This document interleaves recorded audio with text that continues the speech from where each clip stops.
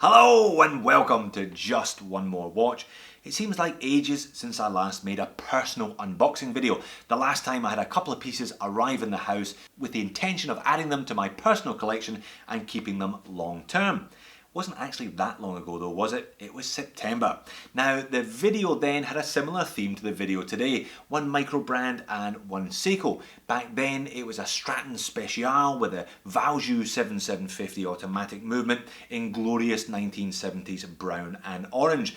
This Seiko was a Seiko Presage Cocktail Time SRPB 43J1 with the beautiful blue dial.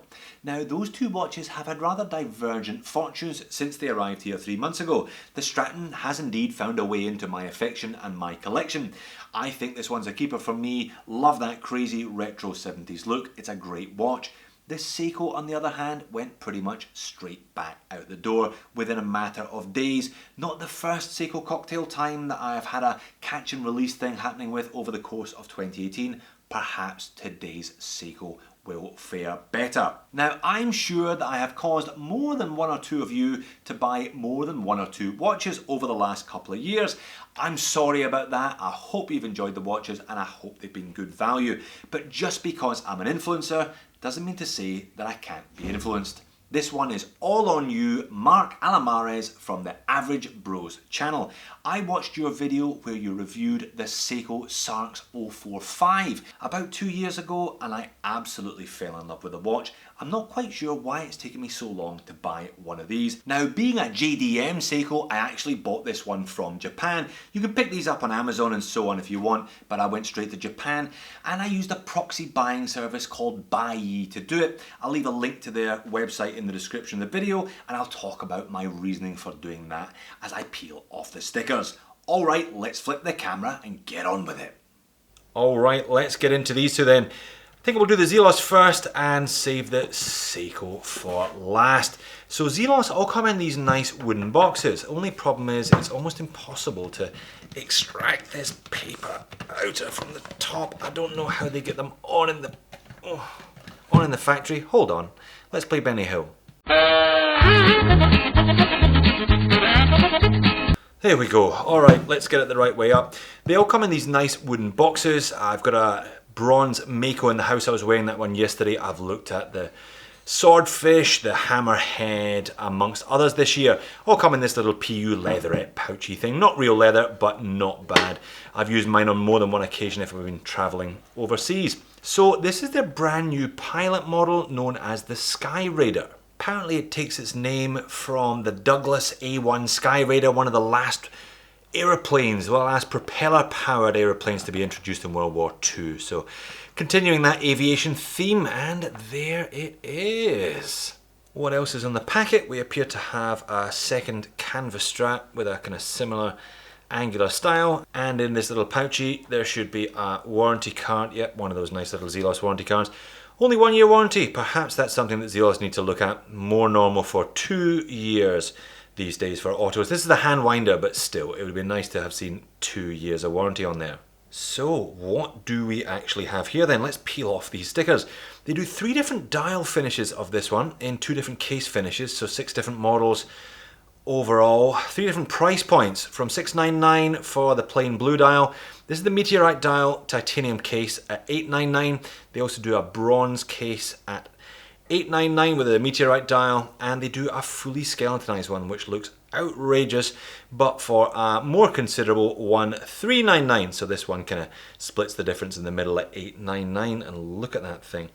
Zelos, for a young brand, clearly have their own kind of well-developed design language already in place. I think you can see it with a lot of the models. Not easy to do for such a young brand. Clearly they're a bit full on. Meteorite dial and plenty going on. I'll show you a loom shot. I'm sure there's plenty of loom on this one as well. But I really quite like the look of all of their pieces. So in the back of this one, we have got a hand winder. Now this is a bit of an anachronism. This is an ETA 6498. It's an old Unitas hand winder movement. Apparently these started being used in pocket watches in the 1950s, but that is just gorgeous. Lots of lovely concentric circles on it. There's a kind of rotor pattern on a couple of those big wheels, blued screws, rubies on display. Just looks fantastic. Let me give it a wind and fire it up. So we'll flip it over to do that. Quite a big crown there. Nice for manual winding.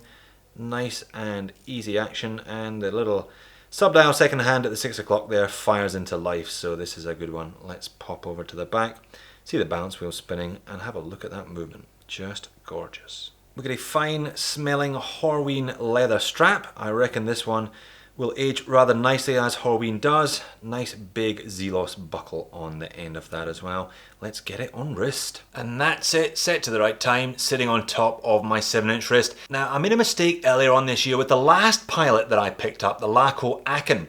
I went small. I went 38 rather than 42, put it on my wrist and immediately regretted it. So this one, a much more Pilot-y sized 42.5mm diameter, 13mm thick, and about 50mm lug tip to lug tip, though it's wearing okay actually. 15mm, normally a little large, but this one seems to be okay. Nice Horween strap, nice smell coming from that one. Looks like one of these straps that will age rather nicely as well, quality leather. But so far so good from this Zelos, looks a treat. And there's just a loom still shot of the typically outrageous Zelos loom. Mixture of BGW9 and C3 again, and a loomed crown on this one for good measure. Now the prices I quoted are the pre-order prices. Zelos have their own ordering system. I'm going to do the review before the 15th of January when that pricing structure ends. I'm going to take this one away with me. I'm heading up the coast to Queensland for Christmas. I'll take this one up with me so that I've got a good handle on it for the full review before then. So on to the Seiko, and this one is all on you, Mark. I'm going to blame you if I'm not happy with what's inside. Perhaps though, this is a Seiko that I should have bought mid-year rather than buying cocktail times that just aren't really my style. A little bit too full on. To be honest, I'm a bracelet guy. Sydney weather is quite often hot and sticky, and I do better, I think, with bracelets than some of those leather straps, so let's have a look at it. So BUYEE then, proxy buying service. I could have bought this one from, say, Japan or anywhere else, I guess, but I decided to buy it through a proxy service. Gives you access to Rakuten Global Marketplace, Yahoo as well. Now what happens is you pay BUYEE, they buy the item for you, they take receipt of it, they check it, they check that they've actually got what you ordered, and then they ship it insured. It does cost a small fee, but I thought first time buying from Japan, it might be worth it. Let's have a look at this bad boy then, the SARX 043. I've been eyeing this watch up for a year. Let's see if it's worth it. So instructions, warranty card, and the little Presage hang tag, 70,000 yen. So I got it a little bit cheaper. I got this one for 59,000 yen. So a decent enough saving on the Japanese retail price. And there it is. It's got that lovely pale blue dial with the vertical stripes running down there. No loom on this one, so it is kind of everyday but dressier style, and so many different angles happening on the bracelet. Let's peel these off and have a look at it in all its glory.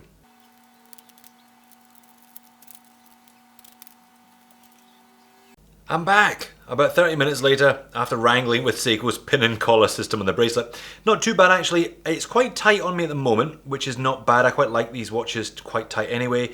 There's another little half link there. I may have to change it for a full link in the morning. I'll leave it overnight, see how it wears, and then maybe readjust it. But so far so good. It is kind of what I was hoping for. Just really, really nice. Mostly brushed, lots of angles.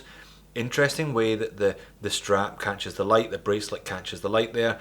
Nice Seiko scissor clasp for once with the deeply engraved Seiko logo on it, and such a pretty dial. Simple but very, very functional, classic Seiko. Now this one has the 6R15 movement. I haven't lived with a 6R15 long term. I've had a few in for review and had mixed results from them. So it'll be interesting to see how a fresh one goes. Obviously I'll be coming back with a proper review of this one, probably January as well, just alongside the Skyraider. It would be appropriate to keep these two running as something of a pair. 60,000 yen comes in at about 530 US dollars, so more expensive than a SARB 033, 035, but I think you get a better bracelet, a bracelet that looks like it was meant for the watch for a start, and it's a handsome looking thing. Let's get it on wrist. And that's it, hopefully sized up to go. sitting on top of my 7-inch wrist. Those lovely H-links really do catch the light, but because they're brushed, they don't have the same glint and glare that you would get from a full polished surface or even a polished mid-link, so very nice indeed. Really looking forward to seeing how I go with this one long term. 100 meters water resistance, but no screw down crown.